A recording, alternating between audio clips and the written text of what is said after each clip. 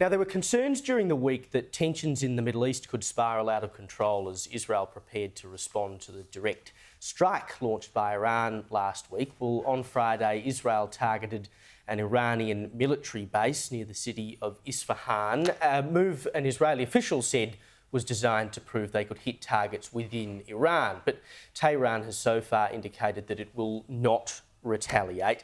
The attacks that happened over the weekend from Israel to Iran have sort of been downplayed by both Iran and it's amazing, Israel.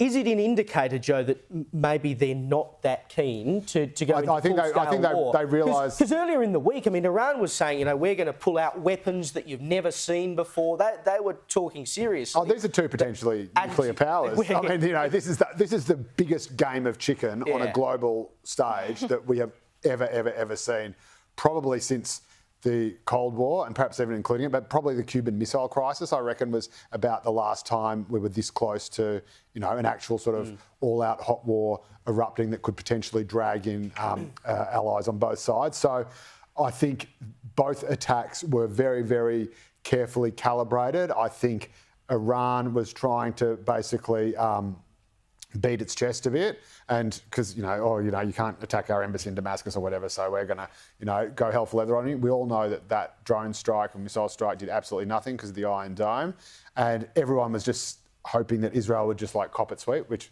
dare say, if recent history is a guide, they're not inclined to do. Yeah. And they have just gone, nah, and we're just going to show you what we can do, and basically said, we dare you to retaliate, we dare you to escalate this, because for all the deterioration in global support, if Israel is under direct attack, if its existence is under direct attack or direct threat, I should say, then the US will come in and Iran then ceases to exist. So it's been extraordinary. I think everyone's heart was in their mouth, but it does actually seem very carefully calibrated, even dare I say it, on both sides, but I think Israel got the last word, obviously, so that it would not escalate, and Israel just basically proved that it had the bigger proverbial pair of you-know-whats. I don't know that there's any other country in the world, Freya, that we would say to, in the event they've been attacked by an Iran, for instance, that they shouldn't retaliate, except Israel. Yeah, I mean, that's exactly right. It's a bit inconsistent.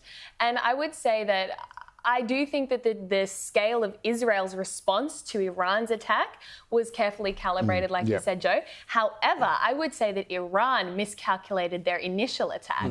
They shot 300 different sorts of missiles from different locations throughout Iran to hit Israel at one time, and they tested Israel's air defense systems that had never been tested before. That's right. And they actually failed. They proved it was impenetrable. That's right. Spectacularly. How many? 7 actually got into Israeli airspace, and there was minor damage to one base in the Negev desert. That is it. So I would say that Israel was very carefully calculated in its response, but that is because Iran, it was a spectacular failure. And so I think the reason they're actually now backing down is because they've had a reality check. They've also had a reality check about how other countries in the region will respond. We saw Jordan assisting Israel in their defense, opening up their airspace.